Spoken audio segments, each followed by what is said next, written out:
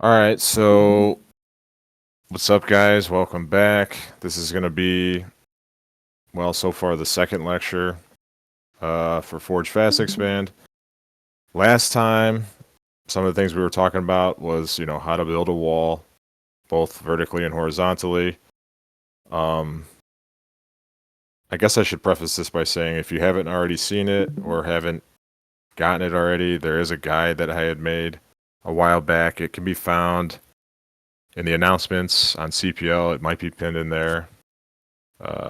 If not, it might be pinned in the Protoss discussion, but the guide has a lot of good information in it. How to wall and all this stuff. Everything we're going to be talking about, you can find in this guide. So anyways, yeah, so for the second lecture, we're going to, well, last time we talked about how to build the wall vertically and horizontally. Remember that for vertical wall, you want, pylon, forge, gate, and then for a horizontal wall, you just want the forge on the left side, gate on the right for it to be link tight. We talked about when to send your probe to make your pylon and your forge. I showed you guys a little trick with when to send the first probe. It'll be your sixth probe. After it mines one time, you'll send it to make the pylon. And then I just want to clear up when you send the forge probe. So last time I had accidentally said to send your 11th probe. I meant the 10th probe, which would be at 11 supply. So your 10th probe would be rallied straight to your natural to make the forge if you needed to scout again. And another thing we talked about was like the forge timing rule of thumb, which is as long as your forge starts when the spawning pool is halfway done, you should always be able to get cannons up in time to fend off any kind of ling attacks. Today, we're going to talk about how to recognize like Zerg openers. So like how to know what the Zerg is doing with very limited information.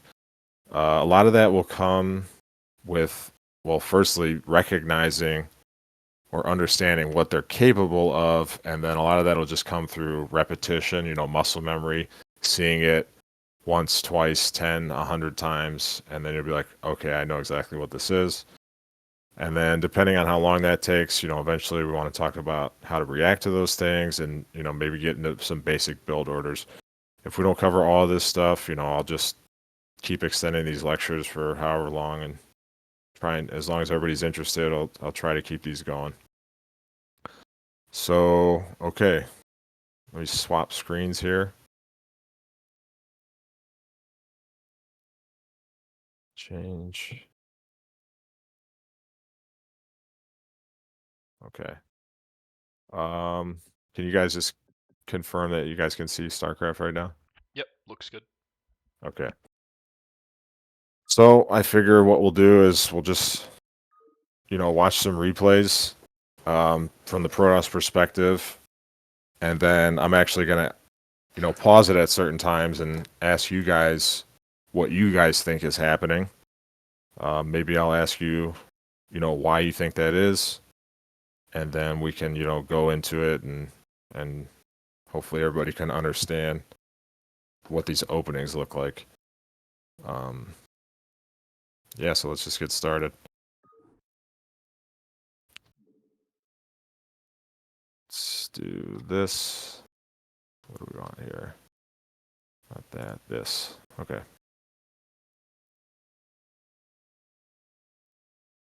You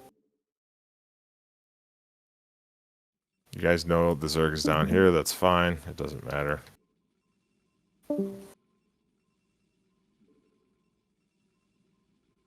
I guess I should probably get rid of this, because then you guys will be able to see.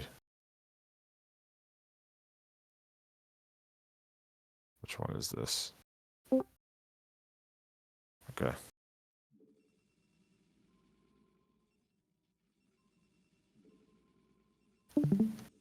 So we make our first pylon, we send our scouting probe out, completely standard.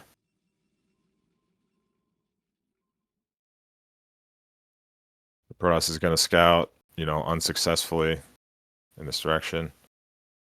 And because he doesn't find him, he's sending out his next probe to make his forge. This guy's going to go this way, and this probe is going to scout the last location.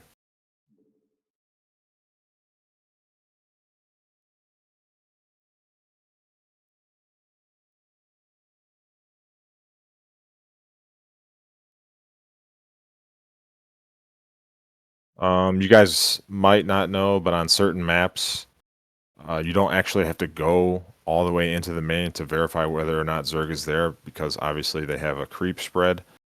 So on certain maps, you could go barely up the ramp, and this player actually didn't even need to go as far as they did. The probe could have probably stopped like here and realized there's no creep shred. Same thing with here. He didn't go as far because you don't need to.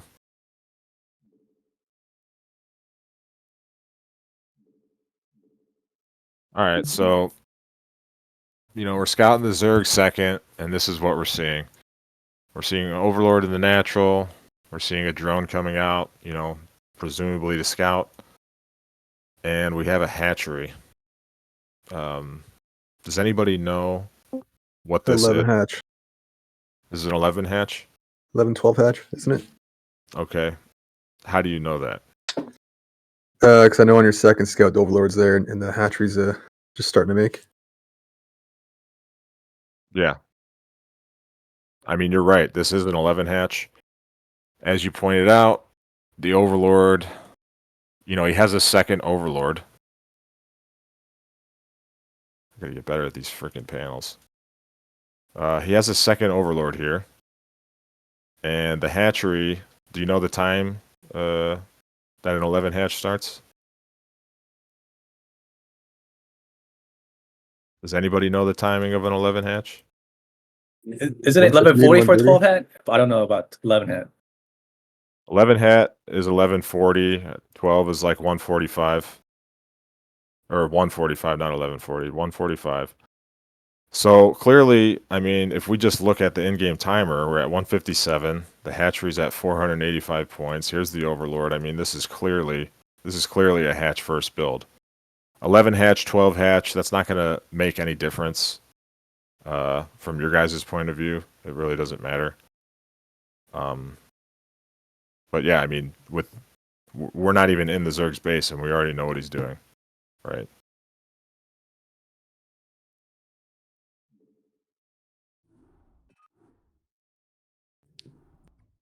Semih, is there any chance you could restart your stream if it doesn't interrupt anything? Yeah, is there something wrong with it? Mine just will not load for you, and when it eventually loads, it's like a slideshow where I see like one frame and nothing else. Okay. Semih, was that 11 hatch? Why was the supply at 9? Because he went. Yeah, it was 11 hatch. It was at 9 because he went 11 hatch 10 pool. Oh, okay. Yeah, it's not working still. It was working before when you did this normal screen share with the slideshow, the PowerPoint presentation, but now I can't load your Starcraft. Try restarting Discord. Is anybody else having an issue? Super smooth for me. I'll try All restart good here. Discord again. Okay. Sorry, June. It's okay, it's just unlucky. Yeah.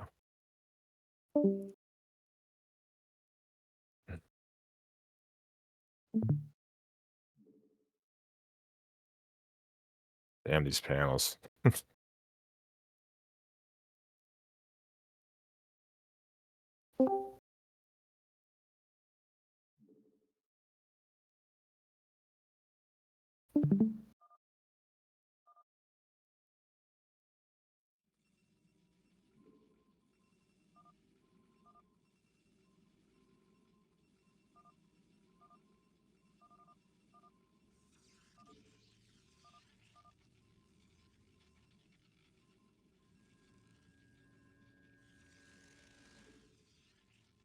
This is obviously a 2-player map. This is Blitz Y. This is why this Protoss decided to scout after the Forge, which, it's your preference. You could scout after Pylon. Obviously, you know where your opponent's at. It's really preferential. If you do scout on pylon, I mean, you could kind of, harass the drone line a little bit. There's really nothing that you're going to be able to see that, or I guess I should say, scouting on pylon isn't going to really give you any more information than scouting after a forge would. Even if they're going 4-pool, like, you're going to get there well within time to react properly to it. So it's really up to you.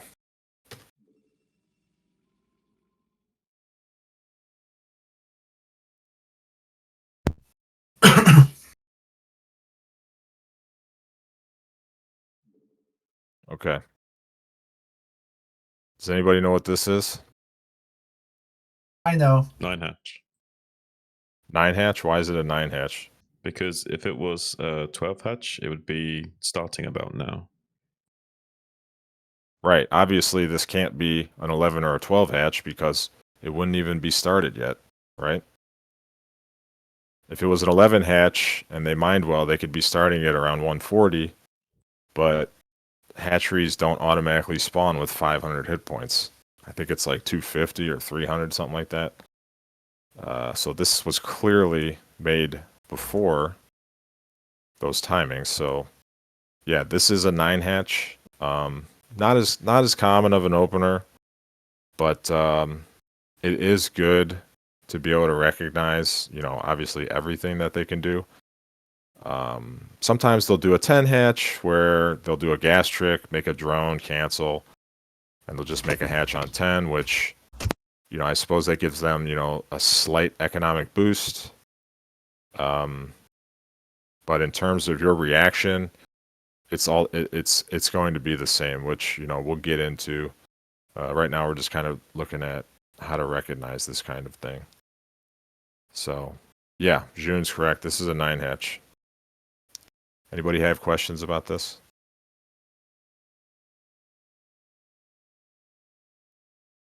Okay.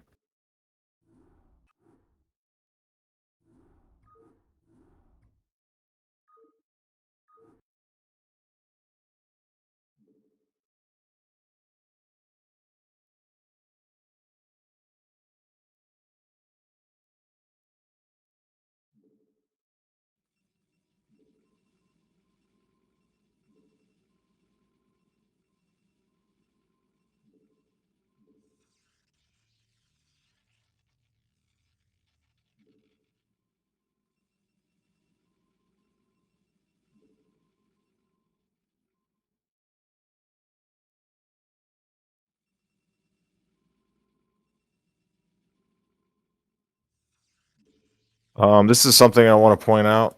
This is Apocalypse. If you're not familiar, it's a 3-player map. Obviously, the Protoss did not scout the Zerg on his first attempt. He made his forge at the correct timing, but he's not sending out another scout because, well, there's only one place left to scout. Now, I suppose there's arguments on certain maps on why you would maybe send this probe and bring this one back. But that's obviously going to hurt your economy more because now you have 2 probes kind of floating around on the map. Even though this one's on its way back, you have 2 probes that are not mining. And in the early game, when you have such a low worker count, that's going to hurt more than you would think. So don't feel like you need to send out a second scout on a 3-player map. Can I caveat that, Semih? Sure. If this was 5-pool, you actually might want to send this probe like more to the middle of the map and then to 12. So it's like you're cutting a bit back towards yourself in case of early lings to make sure you don't miss them with this second probe. Mm-hmm. And then you'll be okay. Right. And you won't be able to get there in time to block the hatchery against overpool anyway with your second scouting. Interesting. What is this? I'll let someone else. Yeah. Does anybody know what we're looking at right now? 4-pool, 5-pool. Right. I think that's pretty obvious by the fact that these lings are early as hell. And it's good timing that June made the comment that he did, because when I said that there's arguments to be made about sending, this probe instead of this one, this might be one of those arguments because, the probe might miss the path. However, even though that's a good point, we can see that even though he scouted him on the second attempt, he was able to see the lings with this probe in plenty of time to be able to react properly. The reaction to this is to build a pylon and make a cannon in your mineral line. And then you usually go 2 gateways and play from there. I'm not going to get into the nitty gritty of that because it can be quite difficult to navigate. And so I'm not going to go into too much detail about it, but you'll see, even though he scouted him second, and the Lings are just completely ignoring this, he's going to be able to get this cannon up in time. Now, in time, I mean, the cannon's not going to be finished by the time the Lings show up, obviously. But these Lings, if they try to dive on this cannon, you just walk your probes around it and attack the Lings. So you shouldn't die in this situation, even when scouting them on the second attempt. And the pylon placement's important, right? Because of the 2 gap with the mineral line. The pylon placement is important because, the pylon and the cannon placement are both important because you want the cannon to be in the mineral line, but you also want it to be placed at a point where it can defend both the gateways from Zerglings, which that'll just require some experimentation on your part. Maybe, a few failures here or there, which is fine.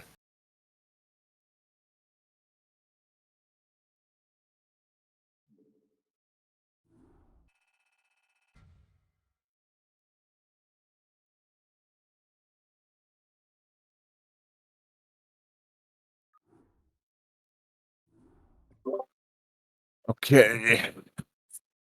Moving on. Let's see. Next game.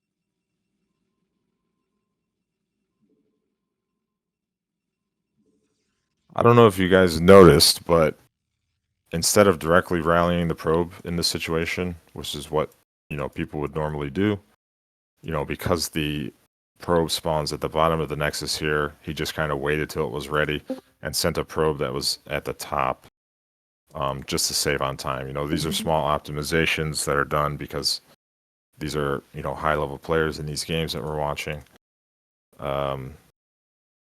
This isn't necessarily going to make or break you, at maybe B level and below.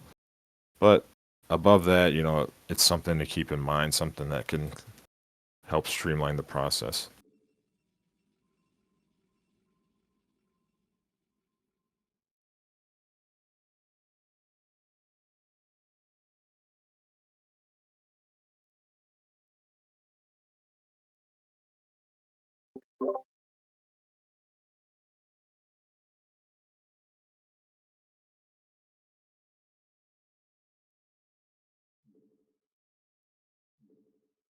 Okay.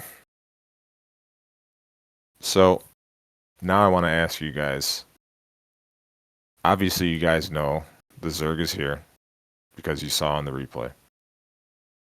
This player obviously doesn't know that. He scouts here, doesn't find him. He scouts here, he doesn't find him. He knows the player's here. So if this was you, at this point, before you even go up this ramp, what do you already know? No hatchery, so probably just like, 9 pool? Right, there's no hatchery here, so it should be a pool opening. We don't know if it's 9 pool yet because we haven't been up the ramp, but at this point, we've literally haven't seen anything on the entire map, and we already have information. Does that make sense? Mhm. Like, the only two possibilities here, well, the only ones that are sensible is he either went pool first, or he built, an 11 hatch here or something, which I guess is possible, but very, very, very, very unlikely. It's better to just go with what's normal, I suppose. So yeah, without even having seen a single overlord or drone or anything, we already have information based on the fact that we know he has to be here, and there's no hatchery. The time's 1:55. It's way past the time of 12 hatch, which would be the latest you would put it down.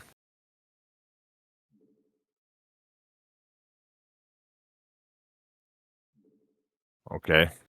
Here's some more information. Do we know what this is? 9 pool? Why do you say that? Because it's 3 egg cooking. There's 3 eggs cooking, right? Yeah. But does that alone tell us that it's a 9 pool? Overpool, maybe. Why do you say overpool? Because there's an overlord that just popped.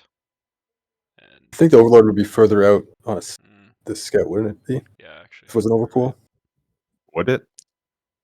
I don't know. I'm No, a I Zerg just player. I think- feel like I should know, but I obviously don't pay attention to my own overlords. Yeah, the Overlord should be further out if it was Overpool. That's right.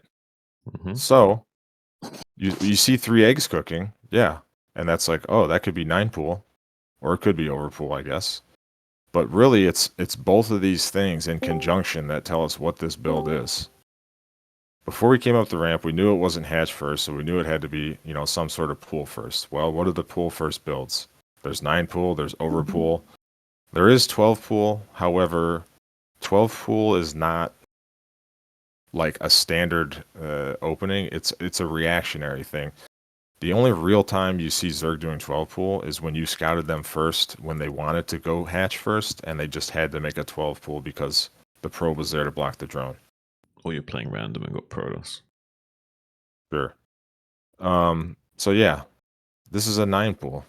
Obviously, you see that now because of the 3 lings. But even before we can see the pool, we know this is a 9 pool because, like you guys said, there's 3 eggs and the position of the overlord.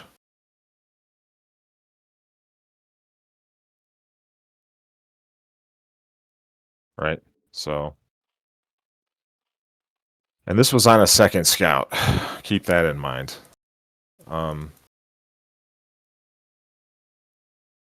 So on a second scout, that is what you would see.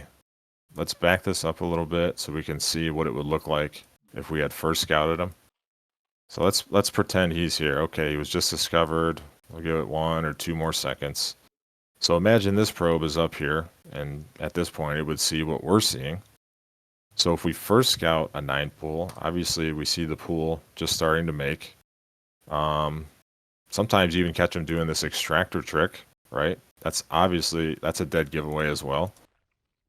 And even after all that, if you're still not sure, just count the drones. 1, 3, 4, 5, 6, 7, 8, 9, and there's the 10th because of the extractor trick that he did. So first scout, if the pool's making, that's a 9 pool. Well, that's not necessarily true, but I'll show you guys that in a bit. You'll see the pool. You might see the extractor trick, but what you won't see is another overlord if you first got a 9 pool.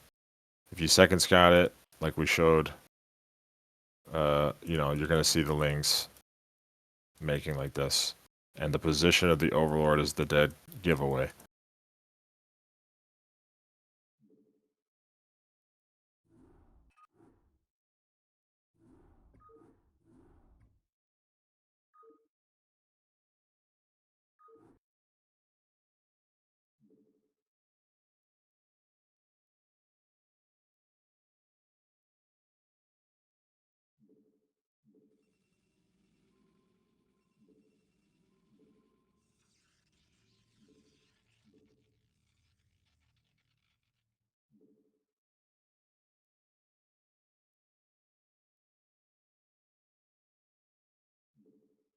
This is a 2-player map. Obviously, we know the Zerg is here.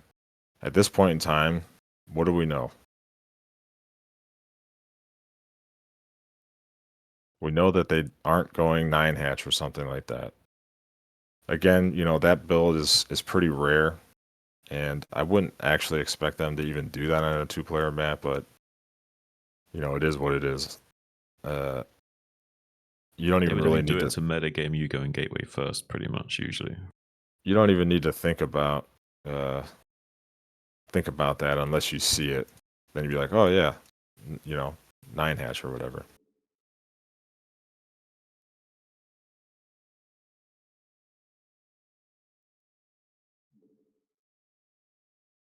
What is this? Overpool. Overpool. Why you say that? Because the Overlord just finished. Right, the Overlord just finished. There's only 2 eggs. It could be 12 hat or overfull, right? There's a second Well, Overlord, and it's a first scout. I think it has to be No, Overpool. he wouldn't. Yeah, there's this Overlord, or he wouldn't be making all these drones because they're going to go hatch and then pool, and they wouldn't have been able to build both of those. This couldn't be a 12 hatch anyways, just because of the time.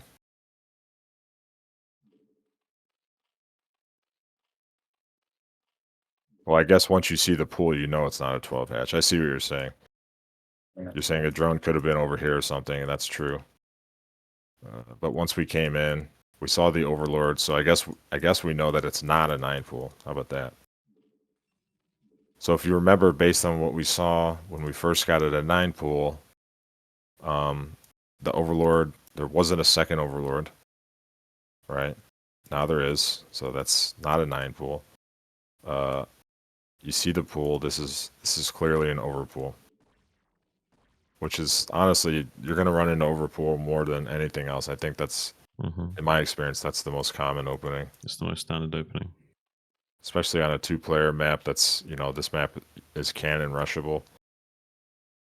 So that's generally not going to happen.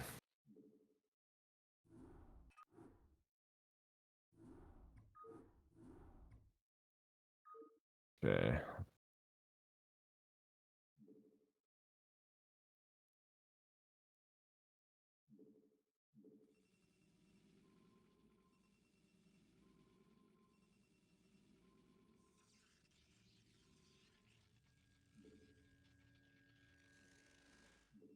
Doesn't scout him, sends another probe, make it forge.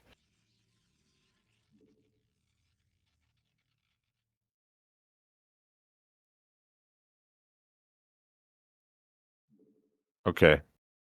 We see a drone coming out at this time. You may not be able to recognize this yet, and that's okay. But this is like the timing that you would see a drone scouting from the base if he was here. So already we know that the Zerg is here, even if obviously you hadn't seen it in the replay. Because this drone wouldn't have, he knows he's not here, this drone wouldn't have already scouted all the way up here and then is coming back out at this timing. There's no reason for that. So we know the Zerg is here. And he knows he's here because that's why this probe is turning around. Okay. Does anybody know what we're looking at? Overpool. Why do I'll you let say them that? answer.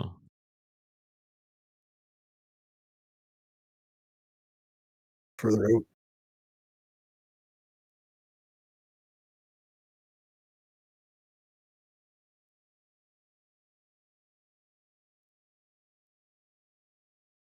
Yeah, exactly. Like I said, here, let's open everything up here. Or I'll just back this up just a second.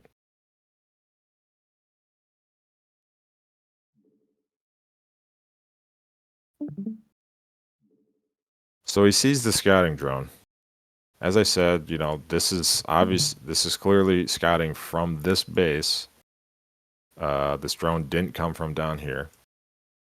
So he's going to go in.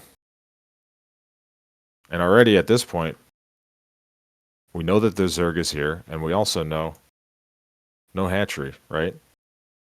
So this has to be a pool opening. Because if this was hatch first, the hatchery would have already been started. It's 150. So we know it's a pool opening. Now we need to determine whether it's overpool or it's 9 pool. Or 4 pool, I guess, right? Boom. This overlord right here, even if this drone wasn't here, this overlord right here tells us everything. So at this So- point, is it safe to? Sorry to cut you off. Is, No, is go it ahead. safe to go sit in the natural with your probe once you see all this and try and block the hatch for a bit? We don't need to see anything else at this point, right? Once you see the OV. Well, that's Right. a good question. I'm glad you asked that because I'm going to get into that in the next one. But yeah, keep that in mind for now. That's a good question. Yeah.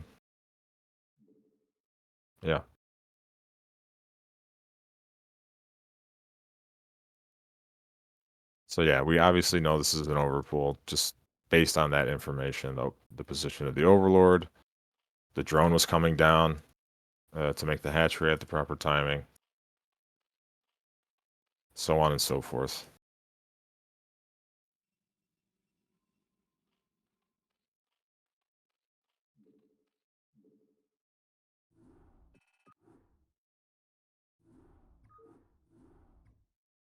Now let's look at another one.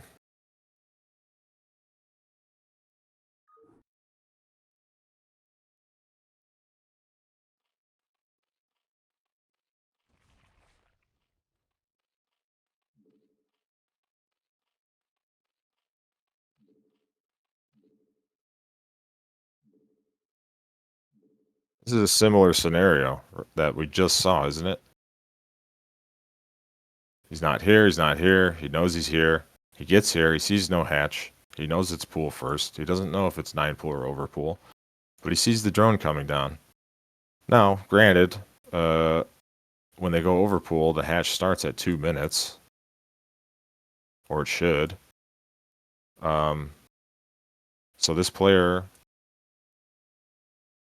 you know, maybe he sent it a little later than he should, but this is something that Zerg will do. We can't see the Overlord, but that doesn't necessarily mean that it's not overpool, because the Overlord could, you know, it could be here. He could have sent it over here. It could be wherever. But this probe is, or this drone's coming down to make a hatch, or to trick the Protoss into thinking that he went overpool when in fact this is a 9 pool. So sometimes, I guess you should say, if you can't see this Overlord, then you need to keep going. You know, this player chases this drone.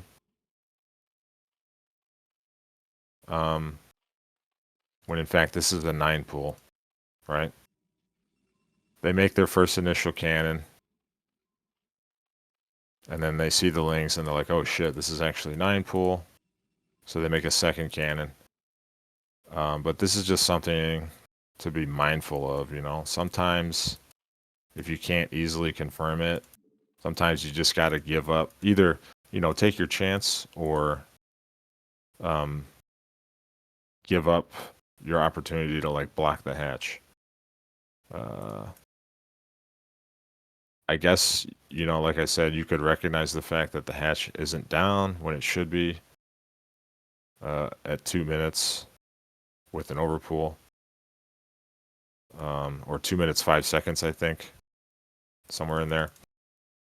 Where 9 pool is like 2 minutes 10 seconds. But yeah, this could happen, so just something to be mindful of.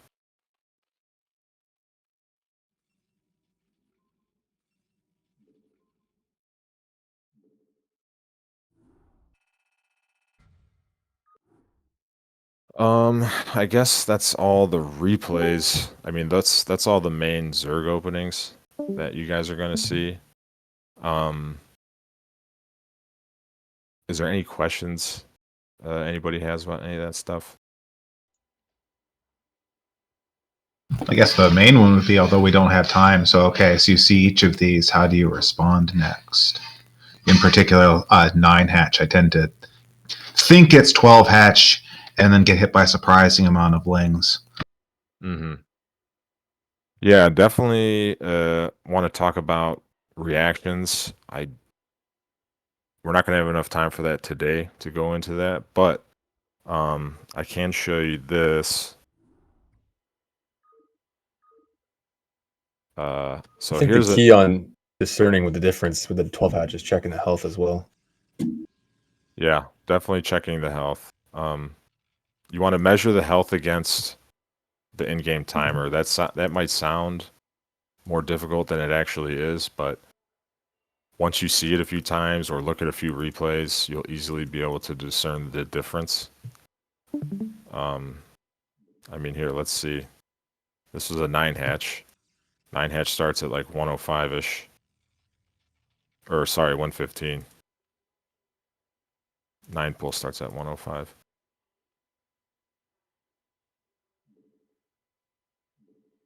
Okay, so the hatch automatically starts with 130 HP.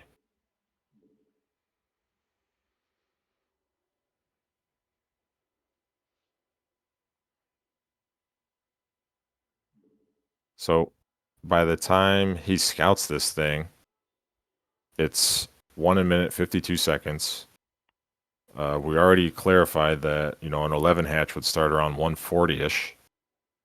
So it's only been about 12 seconds, and this thing already has, almost 700 health.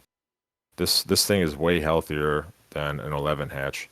And actually, in that PowerPoint that I made, that guide, there are some figures in there that you can reference, some numbers. Like if you're scouting an 11 or 12 hatch on your second attempt, which is when you would scout it, because if you first scout it, you're going to get there before it gets placed. It should be between like 3 and 500 HP. And this thing is like, 1.5 times that range within, what, 5 to 8 seconds of when an 11 or 12 hatch would start. That's not possible. So this might seem kind of difficult to notice at first, but maybe after you play it a couple of times or see it a few times, it'll be easier to recognize. So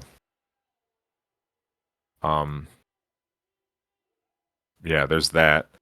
And then in terms of like,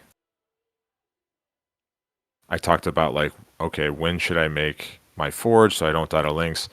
He obviously, best here, started his forge before he got here because, he second scouted him. But what you'll notice is that he's not going to make cannons until he needs them. Which, if your forge is already done, you don't need to start cannons until lings start making. A cannon takes about, 32 seconds to warp in. Zerglings take about 18 seconds or so to make. And then you have to consider travel distance. There's websites that'll tell you the rush distance from, like, I think they do it from like the ramp or whatever, Yeah. which I guess would be this point. They use an SCV, which all workers have the same speed. However, obviously Zerglings are faster than SCVs. So I don't know what the rush distance on this map is. Probably like, 30 seconds or something.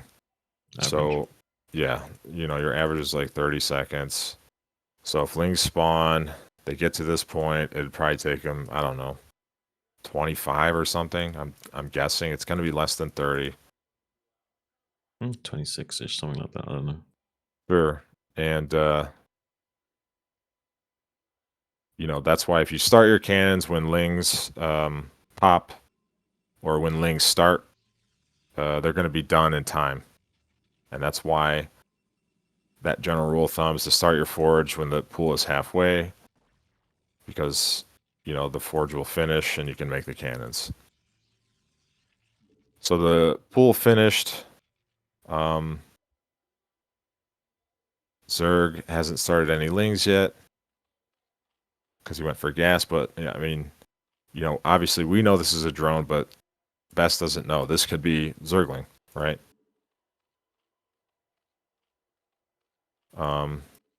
You know, he knows there's another hatch, so there could be more Zerglings making out here. So he needs to start his cannons, which is what he's going to do. But as you can see, you know, he already got all this other stuff up. So he starts his cannon. And if this were Zerglings, this cannon would finish in time. But you can see that he didn't need to, you know, I see a lot of players, you know, they go Forge and then they just start making cannons and then their Nexus or whatever. But, you know, these are small optimizations that you can do that will put you ahead economically or in tech or both or whatever. So, you know, when in doubt, if you're unsure, if you come in here and scout, you don't know, this is 11 hatch, 12 hatch, 9 hatch, hell, I don't know what the hell it is. Just come look at the pool, man. Like, time the pool against your forge with your cannons, and you're going to be safe. Whatever you can squeeze in between then is going to be fine.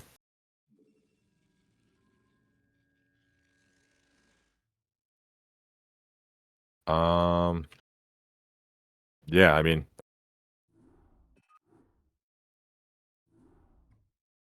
I think that's all I'm gonna get into today. I don't want to keep this too long. So yeah, we talked about how to recognize Zerg openings, which I like to categorize as either, you know, hatch first or pool first. So once you discern that, then you have to figure out, okay, is it hatch first? All right, is it a 9 hatch? Is it an 11 or a 12 hatch, which we just, you know, call the same thing because it essentially is, at least from our point of view. Or is it a pool first? Is it a 4 pool? Is it a 9 pool or an over pool? I guess 5 pool, whatever. I mean, that's pretty much the same as a 4 pool, so there's no real difference there. So, you know, these are things, these are small clues that you can use, you know, based on super limited information to help you understand what it is that you're looking at. And then, you know, once we understand what we're looking at, then we can begin to figure out how to respond to that, which, like I said, I'll save for another day. So at this point, you know, I don't have anything else, but if people have questions, feel free to ask, and we'll finish up with that.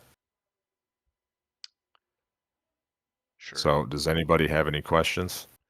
I have one. It might be a little maybe out of scope or kind of irrelevant, but it was mentioned a couple times that 9 pool isn't popular anymore, and I'm just kind of curious why. Well, I guess, you know, it depends what you mean by popular. Um, Maybe, you know, it might not be popular on a pro scene, but it might be popular on the ladder. I mean, I certainly still play against it Okay. at various levels. I would probably say the reason why Zerg doesn't do 9 pool as much is because you're just putting yourself behind economically for no reason, pretty much. Some Zerg players will open with 9 pool, but the reason that they're doing that is they're either hoping to do a 9 pool speed, you know, run by, which if you have half a brain, you should be able to stop. And the biggest, the other reason is they're actually hoping that you go gate expand because 9 pool, you know, if they micro well, they can crush a gate expand with that, especially if the Protoss can't micro well. So that's pretty much why 9 pool isn't as favorable because, you know, you're putting yourself behind economically and hoping that, you know, your opponent messes up or does a certain build. So I don't think that, you know, I don't think that the value of that is very good. Okay. Thanks.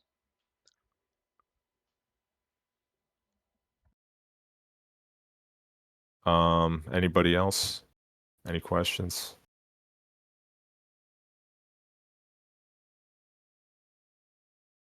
Nope. Okay. Yeah. All right. thanks, Gurch. We can pretty much wrap that up.